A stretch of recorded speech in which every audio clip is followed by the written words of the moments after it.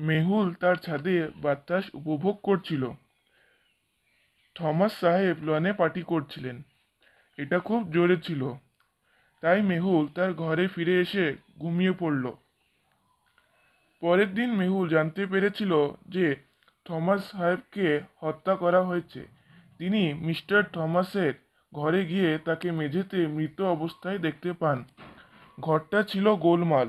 মনে হচ্ছিল মিস্টার থমাসকে হত্যাকারীর সাথে লড়াই হয়েছে। তিনি কাল রাতের পার্টির সকল মানুষকে ডেকেছিলেন। তারা সবাই বলল মিস্টার থমাস গত রাতে প্রচুর পানীয় পান করেছিলেন এবং সবার সাথে যুদ্ধ করেছিলেন, তাই সবাই চলে গেলেন। আমরা তাকে হত্যা করিনি, কিন্তু এই তিনজনের মধ্যে কেউ একজন মিথ্যা কথা বলছেন। আপনি কি অনুমান করতে পারবেন?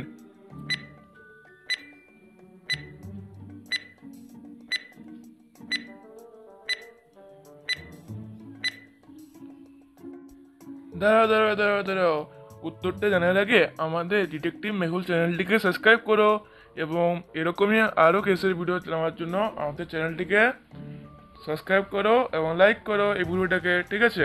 এখানে দেখো, মিস্টার থমাসের বাড়ির দেওয়ালে রক্ত ছিল, কিন্তু তার গায়ে কোনোটাই ছিল না। এটি হত্যাকারীর রক্ত হতে পারে।